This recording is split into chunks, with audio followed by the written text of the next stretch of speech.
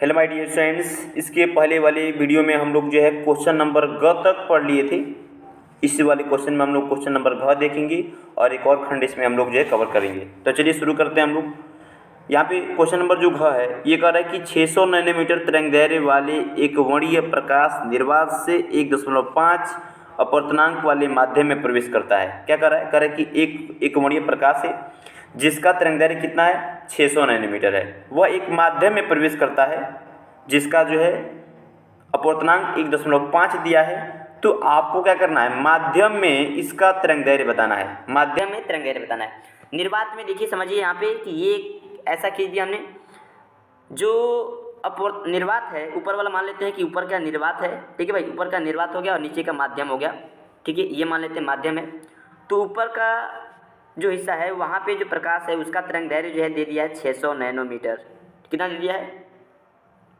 600 nanometre दे दिया है। समझिए बात को, 600 नैनोमीटर दे दिया है। और नीचे का क्या कर रहा है कि नीचे का कर रहा है कि हमें ज्ञात करना है कि नीचे का कितना होगा, नीचे का तरंगदैर्घ्य कितना होगा। इसका माध्यम दे दिया है कितना? 1.5 दे दिया है। सॉरी, इसका अपवर्तनांक दे दिया 1.5 दे दिया है। तो हमें इसका मान निकालना है। चलिए हम सूत्र को लिखते हैं यहाँ पे, देखते हैं कौन सा सूत्र इस पर लगेगा, उसको हल करते हैं। ठीक है, सबसे पहले हम बता दें आपको कि अपवर्तनांक, जो अपवर्तनांक होता है n बराबर होता है v1/v2 इक्वल्स λ1/λ2।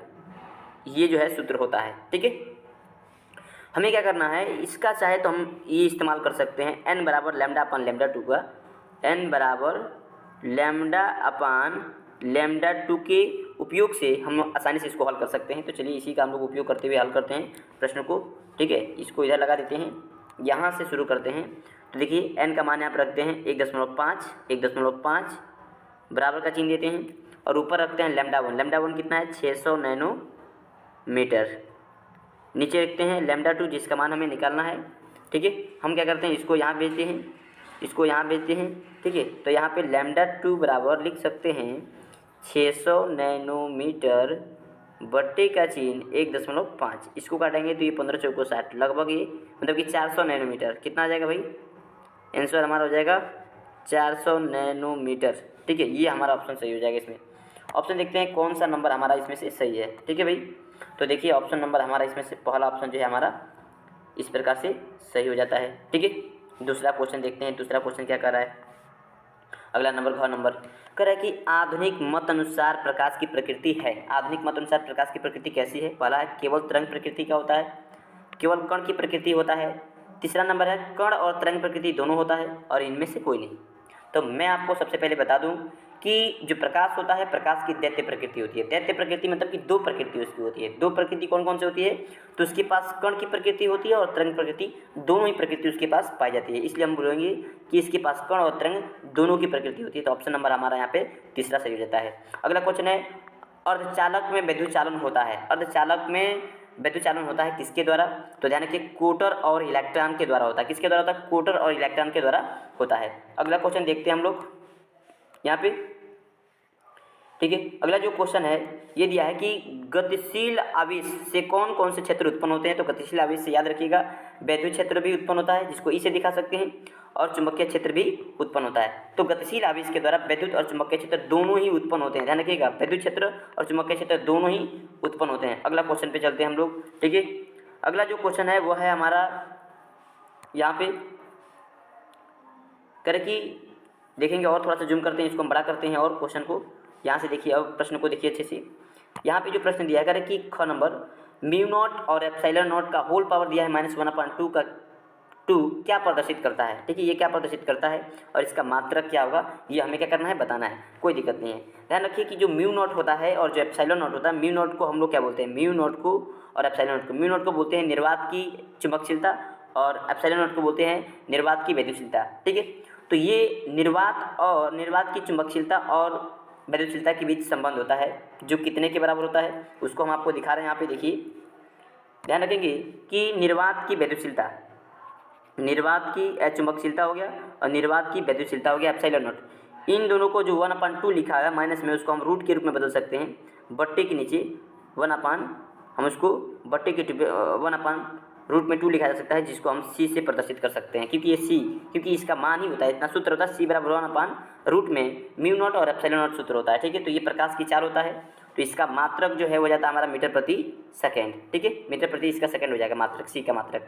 आपको ध्यान रखिएगा कि पूछा हुआ क्या प्रदर्शित करता है, तो आप बोल सकते हैं कि ये निर्वात की चुंबकशीलता और विद्युतशीलता के बीच संबंध को प्रदर्शित करता है, जो प्रकाश की चाल के बराबर होती है, जिसका मात्रक मीटर प्रति सेकंड होता है। ठीक है, ये हम बता सकते हैं। अगला क्वेश्चन में चलते हैं हम लोग।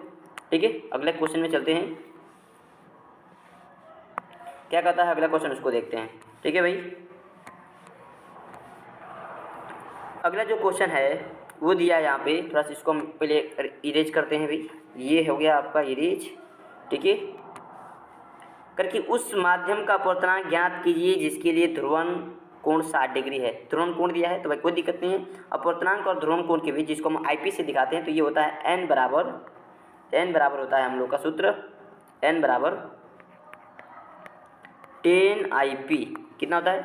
10IP होता है। ठीक है, तो 10IP यहाँ पे हम लोग क्या कर देंगे, IP का मान दे दिया है यहाँ पे, कोई दिक्कत नहीं है, घबराने की जरूरत नहीं है हमें।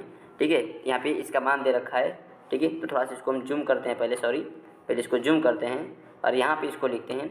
अब दिखाते हैं आपको कि भाई होता है n बराबर होता है 10IP होता है, तो हम इस यहाँ पे 10 का मान रखेंगे 60 डिग्री, 10 का मान होता है √3। ठीक है, तो भाई आपका n का मान कितना हो जाएगा, √3 हो जाएगा आंसर। ठीक है, तो ये आपका जो है आपका ये भी क्वेश्चन हल हो गया। अगले क्वेश्चन में चलते हैं, थोड़ा सा इसको इरेज करते हैं पहले हम। ये हो गया इरेज, ये क्वेश्चन हो गया आपका 9वीं कक्षा में घूमते हुए इलेक्ट्रॉनों का कोणीय संवेग कितना होगा, करके 9वीं कक्षा में घूमते हुए इलेक्ट्रॉनों का कोणीय संवेग कितना होगा, कोणीय संवेग हमें बताना है। कोई दिक्कत नहीं है। देखिए, हमने बोर के परमाणु मॉडल में हम पढ़े हुए हैं कि भाई MVR बराबर होता है NH/2π। ये 9वीं कक्षा के लिए ही दे रखा है। MVR का मतलब कोणीय संवेग, जिसको हम L से भी दिखा सकते हैं। इस पूरे मान को किसे दिखा सकते हैं, केवल L से।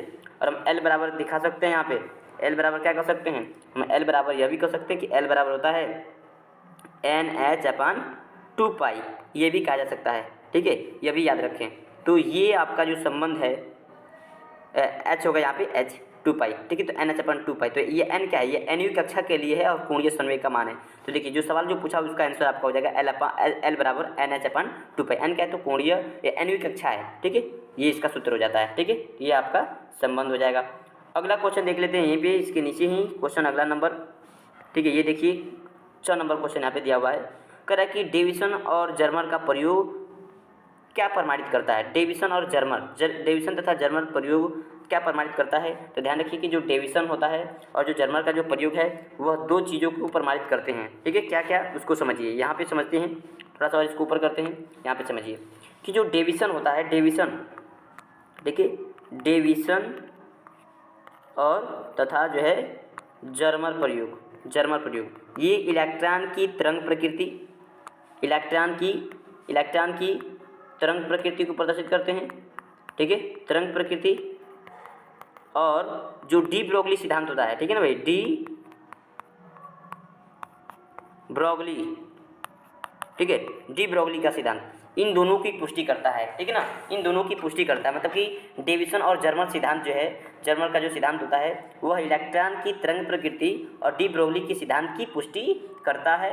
ये आपको जो है इस प्रश्न में लिख देना है। ठीक है, तो देखिए फ्रेंड्स, हम लोग कहाँ तक अभी तक जो है जो क्वेश्चन है हम इसमें कर लिए हैं, कहाँ तक, खंड ब कर लिए हैं। और अगला जो खंड दिया है वह खंड स दिया है, जिसको हम अगले वीडियो लेक्चर में बात करेंगे। ठीक है, तो आज के लिए इतना ही। फिर से अगले वीडियो में हम और सारे क्वेश्चनों को देखेंगे। ठीक है।